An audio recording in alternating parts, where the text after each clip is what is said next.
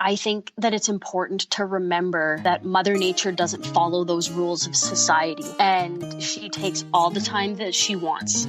And no matter, how fast you think things need to happen, she does it her own way.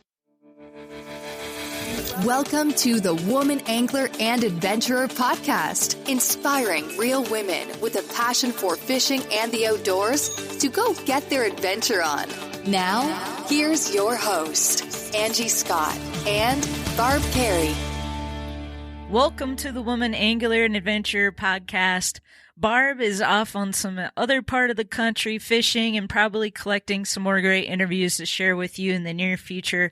Meanwhile, I'm back here in Nashville just coming off the Thanksgiving holiday, recovering from stuffing myself with so much food. I thought there's no better timing than to share a super informative and fun conversation I had with April Willis from Huntress Health. So here you go. Enjoy.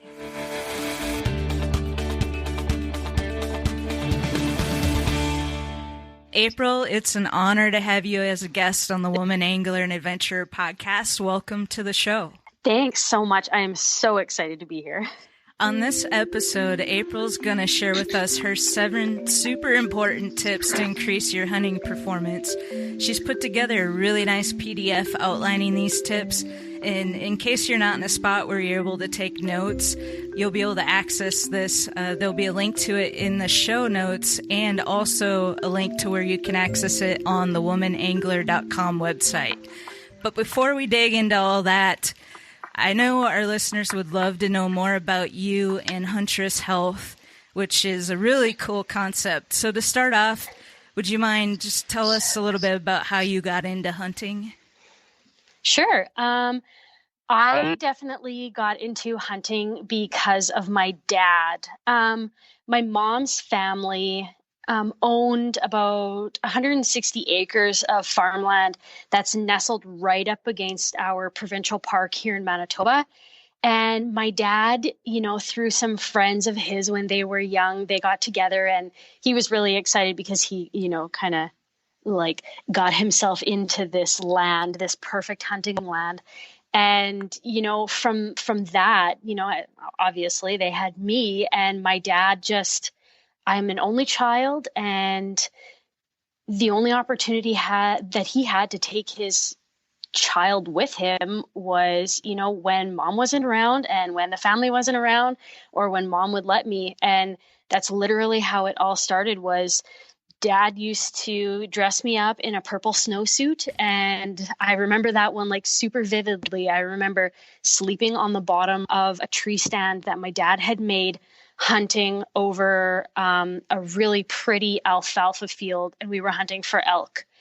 And that's kind of where it started. He had me tag along with him to everything that he would do because mom would be away at work. And, it was either he stayed home with me or he took me. And that's how I guess I kind of fell in love with the outdoors and the woods. So at what point did you start actually getting into hunting yourself, not just kind of tagging along with your dad? Well, here in Manitoba, we're not allowed to hunt until you're 12. You have to have your hunter's safety for any kind of firearm. So I technically didn't start hunting on my own until I was 12. And I remember the year that I started hunting, my dad had this perfect setup all figured out. And I remember him saying over and over again, behind the shoulder, shoot behind the shoulder, shoot behind the shoulder. And we had practiced where vitals were for deer forever and ever and ever. And he kept saying it to me, saying it to me, saying it to me. And my first deer was a perfect, over the hill. He came up and over the hill and came just slightly down the hill, stopped perfectly broadside just as it was getting into evening. And everything was amazingly perfect. Wow. Yeah. Was that your very first year? Yep. That was my very first year, my very first buck. And then it went on to be a competition between me and my dad every year as to who could shoot a bigger buck. Because that year I shot a really nice, I believe, like up here we say 5x5, not how many points. Mm-hmm. So it was a really nice 5x5 that was really close to what my dad had. And the next year I had actually beat him. And so it's been a competition ever since. Nice. Yeah. So before you turned 12, were you already kind of like chomping at the bit, like couldn't wait to actually start? Oh, definitely. Yeah. You know, I had gone with him all the time, and he would take me the craziest places. I remember one tree stand that he had a specific name for, and I don't remember the name anymore. But he would get me all ready to go, and we would all be ready. And I knew kind of which spots were, you know, the best and where the bigger deer like to kind of, you know, hang out and funnel from the hills and the provincial park. And I remember there was one spot that I just hated going to because it was the highest tree stand he had ever made, and he always made me sit in the higher one and he would sit in the lower one, and it was in like some spindly little tamarack, and it would shake like crazy in the trees. And I hated going, but I loved going because I knew that's where the big deer were, and I knew like if I went with him every year I would know what was going on there. And, you know, then the year that I would be able to hunt, I would know which were the big deer and where they were moving. And, you know, I would have all of Dad's ideas in my head. Yeah. Well, sounds like it paid off.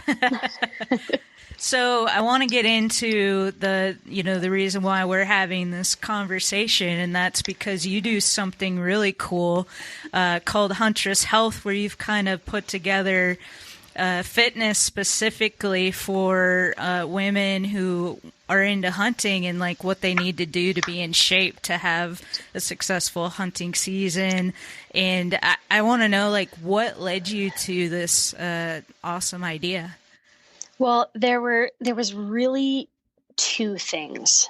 The first thing was one of my own hunts, and the second was a program that I had thought would be great and wasn't. So the buck situation was when I had met my husband, my now husband, I had moved into his house in the late fall, and I had missed that hunting season. Mm-hmm. And that year I had hunted with my dad at home, and then I had moved in later in the season and missed that hunting season. So all of the next year before September, I had, you know, placed trail cameras. I had checked trails. I had watched the fields, and I kind of had an idea of where the deer were coming and how things were going. And where we live, we're in kind of a sand hill area, and there's quite a bit of hills. And our place is in a valley. So we're on the south facing side of a valley, and it's really beautiful. And if you kind of come around the fields, the edge of the valley continues. So I had this spot planned out. Me and my dad had found it, and we placed a ground blind at the bottom. So I was sitting by myself at the bottom, and I heard a bunch of coyotes howling. And like howling and yipping, and something was like they were getting closer. Something kind of wasn't right. Like their activity and their passion in it was just a little too much than it normally is. And for whatever reason, I really have no idea when I think about it now why I thought it would be smart to move. But I packed my bag and I grabbed my bow. I left the rest of my stuff in the blind, and I ran straight up the side of the hill from the blind to the fence line and to the corner of it, and I knelt down. And sure enough, this buck comes running out of the funnel in the corner, and he comes up to the side of the fence line, and he's on alert, like big time on alert. Ears are up, eyes are wide. He's looking all around, and I let him step behind a tree, and I drew my bow, and I don't know, he totally knew something was up because he would not move. And I was in full draw on my knees behind like a fence post in a tree, just waiting for him to take like one or two steps out from behind the tree. It was a 20-yard shot. It was perfect. He was the biggest buck I had ever seen in my life, in velvet. Like, I'm positive his tines must have been, like 8 inches or more. And he was in velvet and he was huge and he was wide. And I was in full draw. He took the 2 steps and I let it rip and I completely missed him. At 20 yards, my arrow went, I don't know, at least a foot underneath him, skid across the grass, way off to the side. And I had realized that my shoulder had got tired in full draw and I had put my cam on my knee. So I completely slowed down my bow and I completely missed him. And it was one of those moments where I was upset with myself for missing. How do I tell my dad that I missed the biggest buck of my life when he had taught me so much over the years? And, just like, how did you let yourself get to this position where you can't even shoot a deer? So I was sad with myself. I was mad with myself. I was kind of all the emotions, trying to keep it all in and just be like, all right, let's pack it up and get going. So at that point, you're thinking, if you had prepared a little bit more, like physically, that maybe you would have been able to hold out a little longer without getting tired. Yeah, exactly. And that's when I started looking on the internet and I was, I follow a bunch of, hunting pages and stuff like that. And I had kind of found a hunting page that on Facebook that is geared towards fitness for hunting. And I was really excited about it. It was run by a gentleman and, he had a group and they were looking for like pro staff and you had to, do the program to be part of the pro staff. And I thought, okay, this is sweet. Like, would you consider somebody from Canada? Like I gotta get my strength up and my endurance up and, be able to pull more pounds and hold and stuff like that. And they're, yeah, no problem. Canada's fine. And so it was a three times payment. And, you got your program, you got a Facebook group and you were in and you would do your stuff and you would post in the Facebook group and there was no coaching, no motivational stuff, no one-to-ones or anything like that. And I thought, okay, sweet. So I paid for, my 1/3 of my payment. I got my program and right off the hop, I knew something was wrong because I received the program as like a forward. So they had emailed it to me and it had been forwarded through like 3 or 4 people. And I was like, oh, that's not very professional. I don't like that. And then I got into the Facebook group and it turned into like a bros bicep competition. It was like, who's got the biggest bicep, who can lift the most weight, who's got the biggest lats and the biggest traps and who can, look like a Mr. Olympia kind of thing. And I was just, oh my gosh, this so isn't for me. Like if I tell them that I am a female, which they clearly know by my name, right, and I say that I can only lift, 35 pounds or whatever, they're going to think I'm crazy. And I just, it wasn't, there was no help. There was no coaching. There was no like live coaching calls. Nobody ever called me and said, how are you doing? How are you feeling here? How's your program going? How's your nutrition? Nothing. And I got myself out of the program. I didn't pay for the rest of it. I walked out and I said to myself, April, you have 2 bachelor degrees, you have a certification in nutrition, you know what you're talking about, you know how to properly create a program that's not all about back and biceps, like a well-balanced, well-rounded program that includes recovery and injury rehabilitation and nutrition. You can make this. Like you can make it and you can make it for women so that they feel comfortable and they feel safe in this space. So you have a website and you have an awesome Facebook group. And what other, what can people expect if they want to get involved in Huntress Health? Well, I have an a membership site kind of off of Facebook. And in there, I've got a bunch of free stuff. Like I give away a lot of free things like little challenges, meal plans, different sorts of bits that you can take and consume really quickly and kind of get a quick win out of it for yourself. Mm-hmm. And then I've also got some free challenges, and I have 2 programs, and I'm working on an academy right now. And the academy is for women who are, ready, and they're serious about getting their performance to a level that they need. So the women who want to do a backcountry elk hunt, or you're going to do a pack and a hike session, or, you're planning to, I'm not sure, go pheasant hunting, and you're planning on shouldering your gun, 200 times in a weekend, and you just don't think that you have the strength for that, but you really know that you want to get there and you want your performance to be at that level. That's what the academy is for, to help women lose weight, get stronger, and learn how to use recovery tactics and nutrition really to their advantage to get to that level that they want to be at. That's what I'm focusing on right now.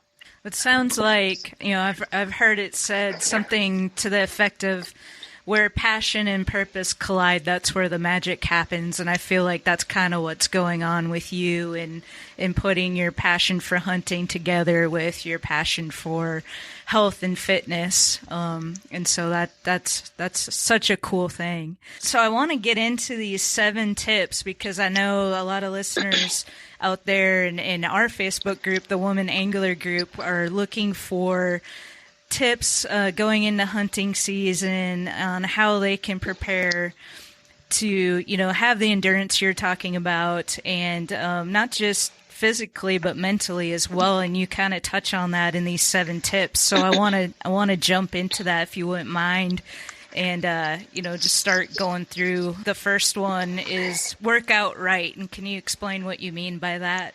For sure. So by working out right, I mean working out in a way that gets your body actually ready for the goal that you want to accomplish. So, for example, if you plan on doing a 60-mile hike, working out only to gain, 10 miles isn't going to do it for you. Or say doing all upper body bicep curls and tricep extensions and stuff isn't really what you want to focus on. You want to focus on getting your legs ready. So your legs and your cardio. So doing workouts that help get your body ready for the goal that you actually want to accomplish. If you want to do a train to hunt challenge, or the total archery challenge, and that you're going to be like slinging over 100 arrows in a weekend, you need to get yourself up to that actual goal and not sell yourself short. And hunters and outdoors people really need to focus on whole body approaches for your strength and your endurance, your proprioception, your cardiovascular system. And that helps build like all of the areas. And, I see it a lot of times where you're being told, like, just shoot more arrows, just work on your upper body, just shoot more arrows. Well, that doesn't help you if you're going to be in the backwoods and you're going to be packing, and you need a whole body kind of system going, and you need to work out those areas that are really going to be helpful and beneficial to you. And yeah, I love the whole body approach, because I think that's super important. Even, I'm Barb, my co-host, and myself, we're into fishing, and I kind of think the same thing applies to that, because a whole day of fishing can wear you down pretty quickly. You're trying to steady yourself in the boat, and you're casting and reeling and, all this stuff, and bending over. And so, yeah, I think that's excellent advice. I didn't actually realize how tough fishing would actually be on the body. This last weekend was Thanksgiving here in Canada.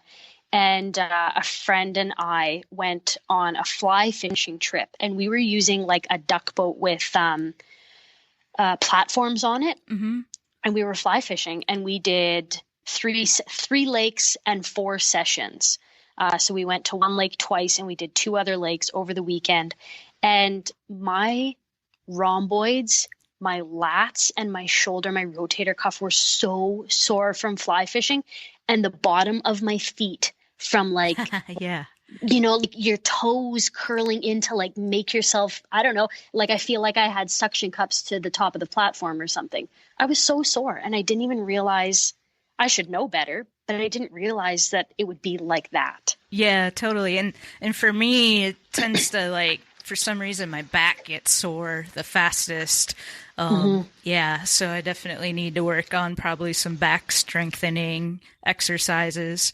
Another thing too with the working out right is it's really important to begin by creating a base of strength. Like lots of people think, okay, I'm going to go and I'm going to pick up the weights and I'm going to get into like full on functional. I'm going to do burpees and like box jumps and I'm going to do like sandbag carries and tire flips and stuff like that.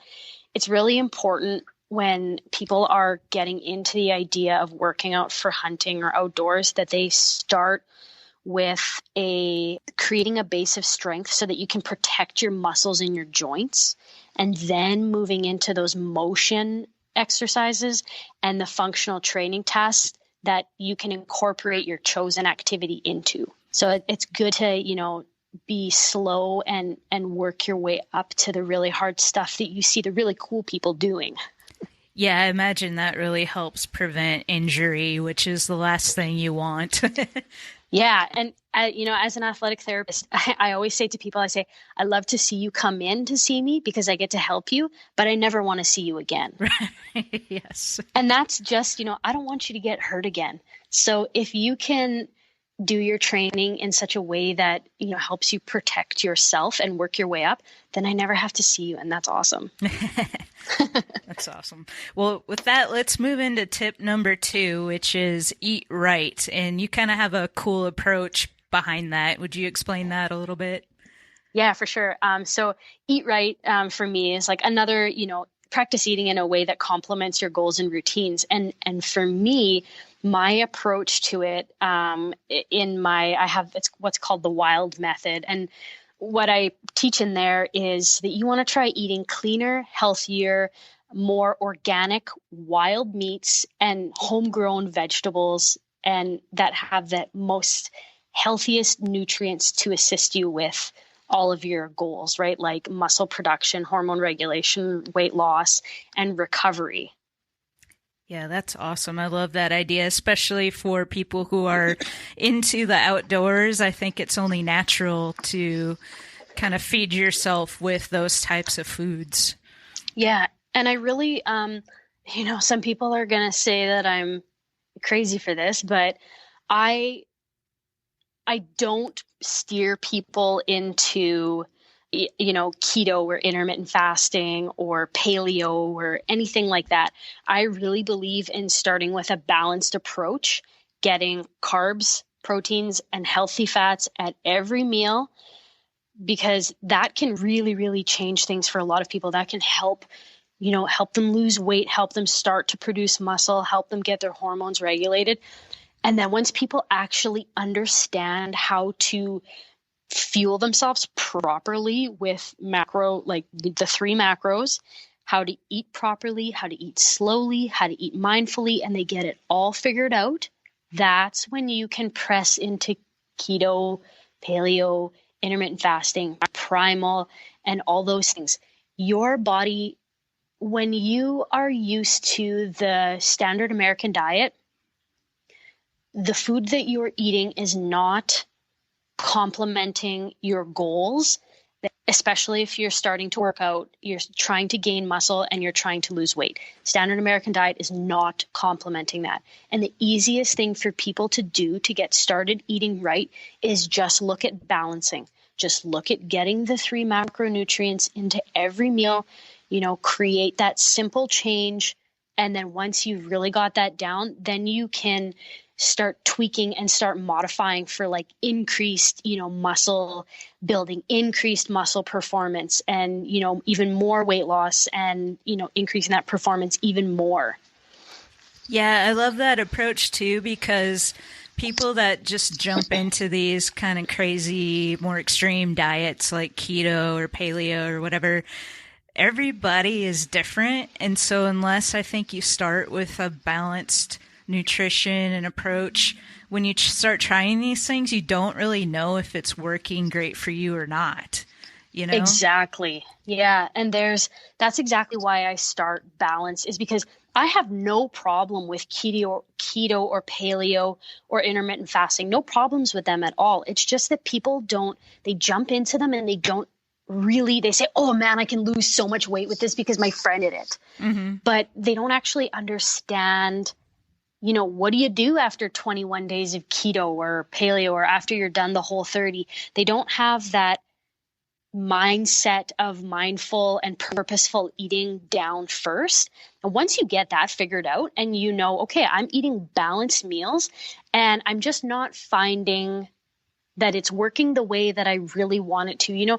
Maybe I'm getting some changes in my weight and some changes in my performance, but I really want to get that more. That's when you can tweak, and that's when you can move into keto and paleo, and people understand actually why they're doing it, and they can continue with it and make it a whole lifestyle change and habit change. Have you found that some people, though, just do really well just sticking with that balanced routine and not really having to try some of these other more extreme diets?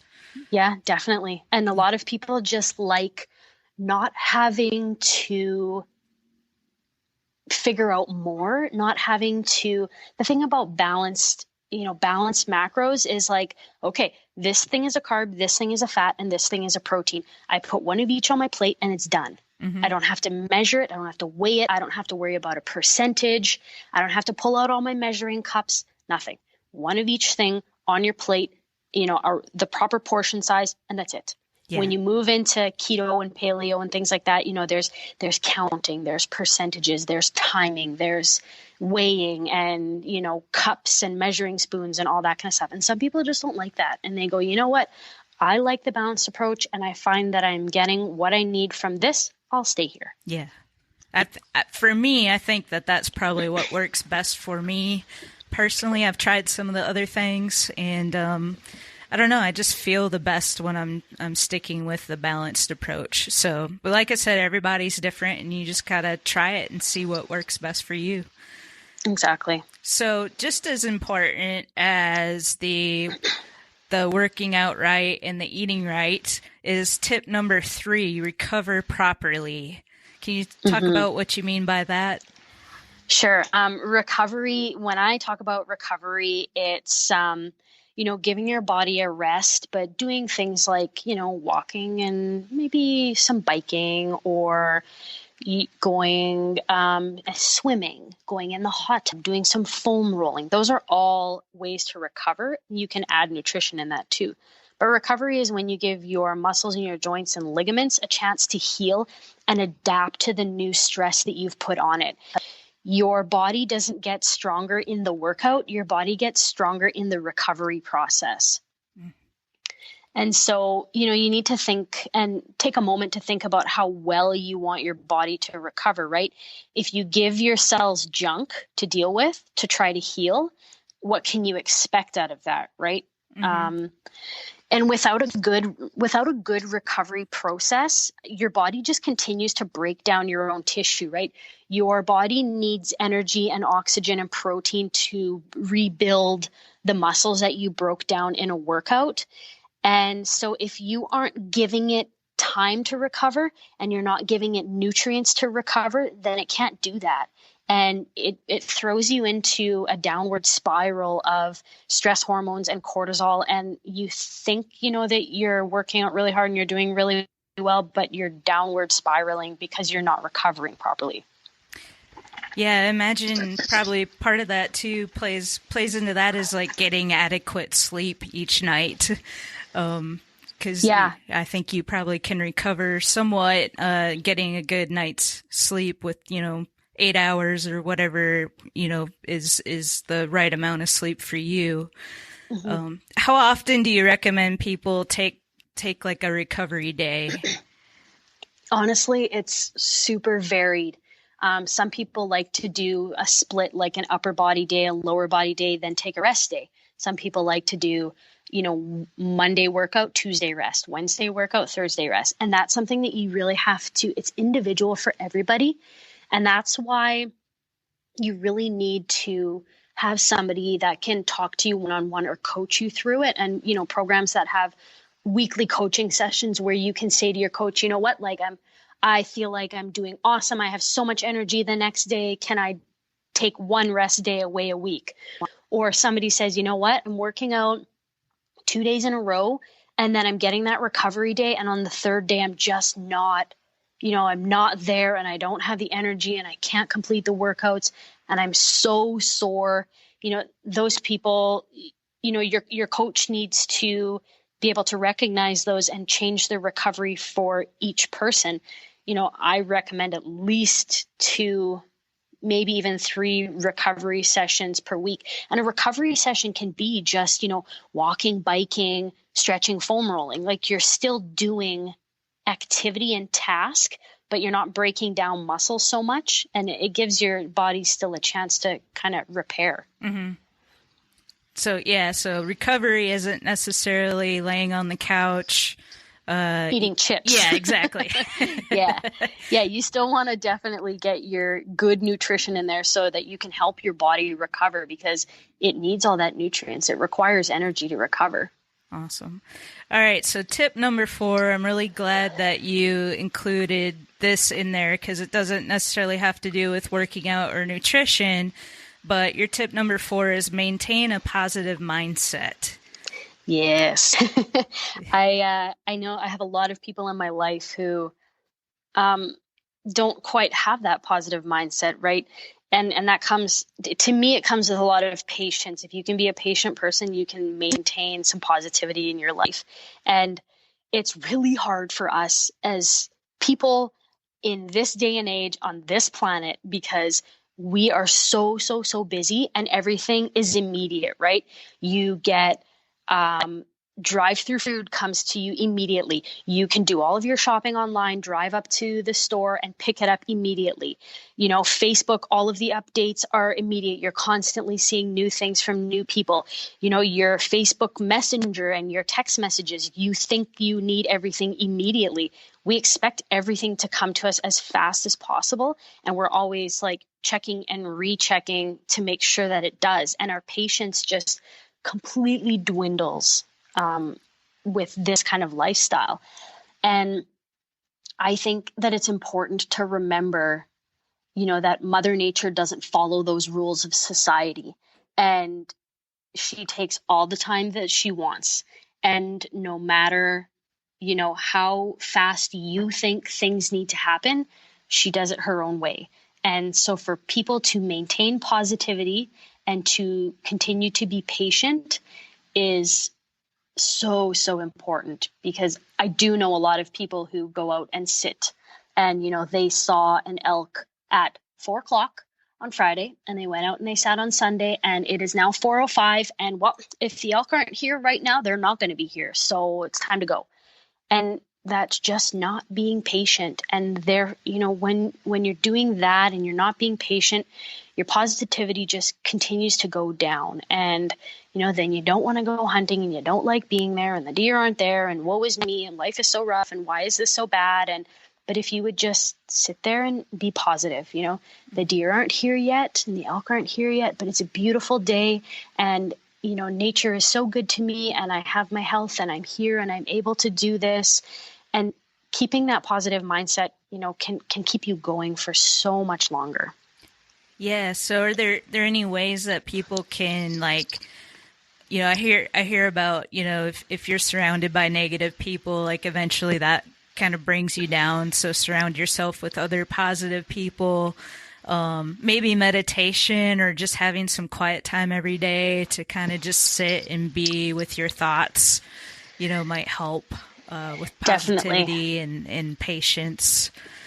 Yeah, that's a great tip. Another thing that I like to do now is, I'll write a note for myself and I'll leave it in my house and I'll leave it in my vehicle, and it will say, be positive or think positive. And I'll put a notification on my phone that'll pop up and it'll be like, what can you find that's positive? And so, even strange things such as you're driving down the highway and, oh my gosh, it gets dark so darn fast out here now. Up in Canada, it's already almost dark, and it's only 7:00 here.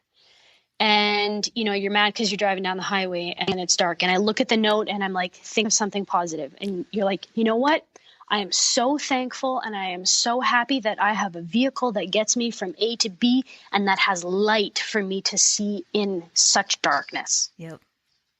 Just thinking of those positive things constantly, creating positive thoughts in your head, and you'll keep thinking them. I know it sounds really woo woo and, kind of off the wall, but it does work. It does. Yeah, I think it's something we just really have to work at and train our brains to shift from less negativity to more positivity. And I don't know why, it just seems like it's just like easier to just let yourself think negative. And for some reason we have to work at reminding ourselves to be positive. And hopefully the more we do it, the more that becomes habit, and it will just help. It's something you got to train into yourself, just like healthy eating habits and healthy workout habits and healthy recovery habits, staying positive and continuing to think positive things, even, when you're disappointed or you're in the feeling of anxiety or something like that. The more you can do it, the better it'll get, the more it'll bring you out of those negative thoughts. And as you keep doing it, the positivity just kind of starts to flow out of you, and your thoughts kind of work their way to more positive things. All right. So I love, love, love tip number 5, because it's so true. Find a tribe of like-minded women. Talk about that. Well, and this is kind of where, when I've tried all the different, diets and wraps and pills and programs and things like that. And I have been in a group before where, they said, tell us a little bit about yourself. And you're like, well, I'm from Manitoba and I like deer hunting and I like eating venison. And everything just went downhill from that first comment. You're a hunter. How dare you? How could you do this? And I'm sitting there like, you guys don't understand. You don't know what it's like to eat this amazing meat and do it yourself and, be providing for a family and a marriage and your own household and doing it yourself and being independent and badass. And that didn't help at all. So now I'm like, having a group of people who know what you're going through, they can give you advice and insight. That's really invaluable. And when it comes to hunting, finding a group of ladies either in person or online who you can share your struggles and your success with, and who totally understand where you're coming from in, your health and the fact that you're a hunter, that's amazing. And, they can be so uplifting. Yeah, that's cool. So I'm glad to see that you have a Facebook group that people can join. And where can people go to find that? If you go on to Facebook and you go pop in the search bar, the Facebook group is called the Huntress Health Community Weight Loss for Lady Hunters. Awesome. Yeah. So hopefully a lot of our listeners will hop over and join, because it is so important to have a group surrounding you, especially if you're going to go through a journey like this, because, it's going to require a lot of big changes in your life that, you can start slowly, but to have that encouragement and somewhere we can go where people understand exactly what you're trying to do is so important. Yeah. All right, so tip number 6. We're wrapping it up here. We only got 2 more to go, and they're both very, very good tips. I love tip number 6. Prepare like you're there. Okay, so this one, I really like this one because I started working out in this kind of fashion. So if you're constantly standing, taking 20-yard shots, in a building or in your yard, and you're always at 20 yards and you're like, yes, I'm amazing at 20 yards. Then you move to a tree stand where you have to take a 30-yard shot seated and angled. It's going to throw you off. It's very, very different from standing at 20 yards, say in a building with no wind and perfect lighting. So I think it's really important to prepare for your hunt in your workouts in a way that you're going to have to perform there at your hunt. So prepare for your hunt by shooting at different distances, levels, seated, standing, angles, with a racing heart, things like that. And the way I do this, so I'll do my workout, which will be like a weighted workout with different, kinds of weights, different muscle areas, a little bit of proprioception, a little bit of balance, techniques. Maybe I'll use my AccuBow and do some of that stuff. But then my prepare like I'm there workouts are very different. What I do in my yard, I have a big hill. I have like no flat ground anywhere. The house is on the only part of flat ground they made. And so what I do is I'll take all my stuff out to the back in the hill, and I'll take a stool. I will go and I will do, say, 10 push-ups, 10 squats. I'll run up one side of the hill, walk down the other, trying to catch my breath, come back to my spot, sit and take 2 shots immediately. And what I'm trying to do there is I'm trying to burn out my muscles a little bit. So I'm starting with 10 reps of those activities. And as I continue doing this workout and getting better at it, you'll increase your reps, right? So I'm trying to kind of like burn out my muscles just a little bit. I'm getting my heart rate really going by running up the hill. And then as I'm coming down, I'm still using all my muscles and my cardiovascular system, but I'm giving it a little bit of a break, trying to slow down my breathing and my heart rate for the shot. Because when you're out in the field, maybe you had to hike up the side of a hill because you're doing a spot and stalk. So your muscles are going to be tired and burnt out.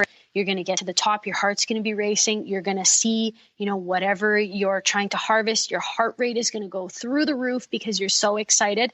Then you're going to have a very short period of time to decrease your heart rate to try and make a proper shot. Mm-hmm. And same goes for, when you're in the tree stand, you're sitting there, everything's really, really quiet. All of a sudden you hear some crunching, your heart starts racing, you turn, you look, there's a monster buck there. Your heart really starts ripping through your chest. And then you have only, a short period of time to get your heart rate really under control so that you can make a proper and ethical shot.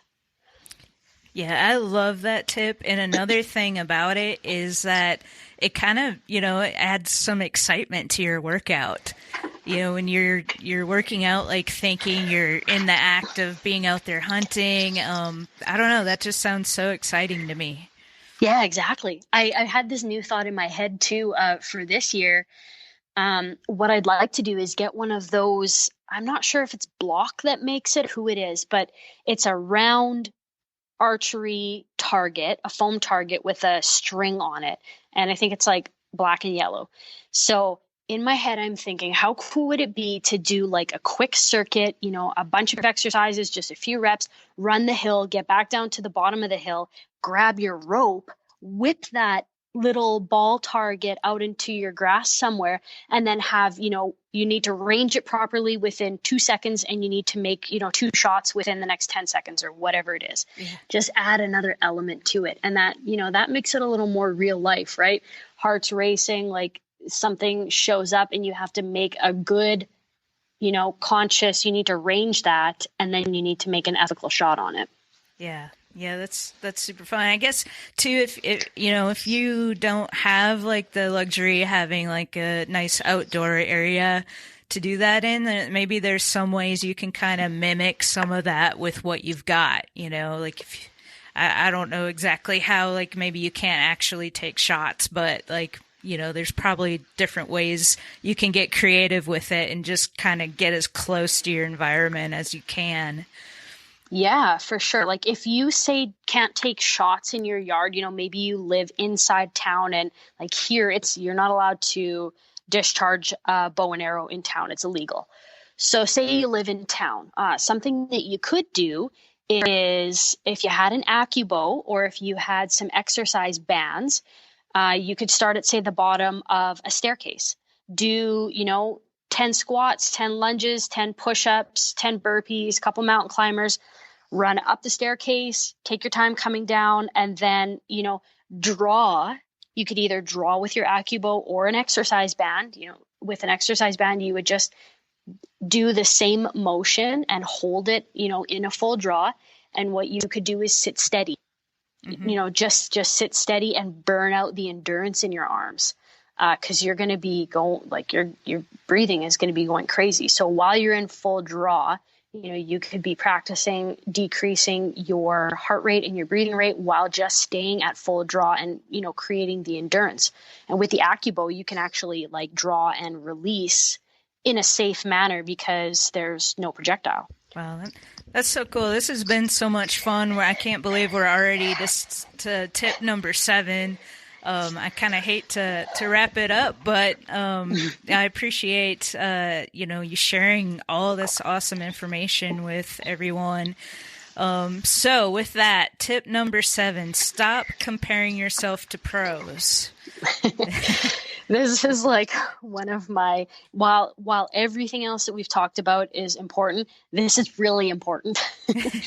And I feel like social media is a huge blessing for connecting people and, making these groups, but it's such a curse in the sense that you see so much and we are always in the mindset of comparing ourselves to one another. And something that I find myself getting caught up in is being upset when you see a professional hunter shoot, a monster buck, this just big, huge buck.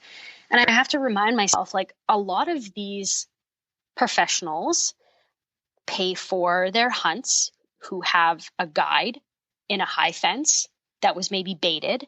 And maybe those animals have had vitamins and minerals all year and they're growing massive horns. Where I'm from, we don't get that. Everything is completely free range. There's no fence. I have no guide.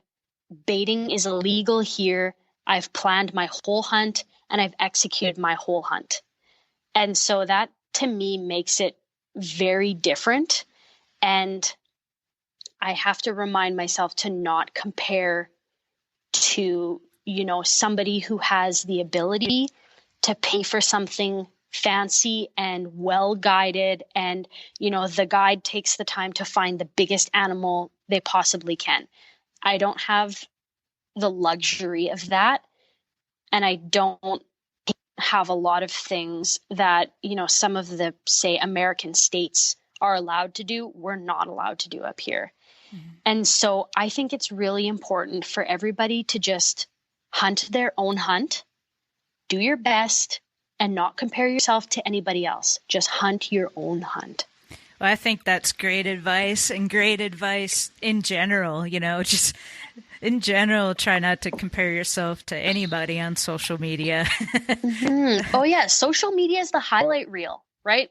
Yes, totally. I mean, I show, the grouse I hunted with, my new short hair, or, the hunt I did with my dad. And I don't show, like, my head down in the middle of the bush because, my dog flushed up 3 grouse, like we don't show that. And, like we never show the work that goes into it either. Right. Yeah. Well, this has been just fantastic. And I'm so happy that, you agreed to come on the show and share all this great information. I really encourage everyone to go look up Huntress Health on Facebook. You're also on Instagram at Huntress_Health. And I will put links to all those in the show notes, as well as a link to where you can go and access these 7 tips to increase your hunting performance. So you can download that and have that as reference as you start working through some of this stuff. Yeah, just thank you so much. Thanks so much for having me. I really enjoyed talking about this stuff.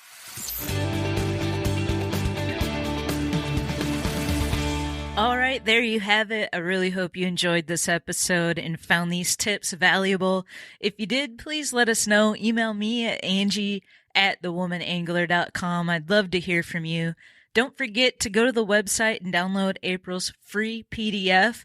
You can find the link to it by going to thewomanangler.com/35. And then you also find links to the Huntress Health Facebook group, website, Instagram, and all of that so you can get connected with April. Stay tuned for next week's episode. Barb has a chat with the super inspiring Northwoods woman who spearfishes for pike through the ice and handcrafts her own amazing looking decoys, among other things. See you then.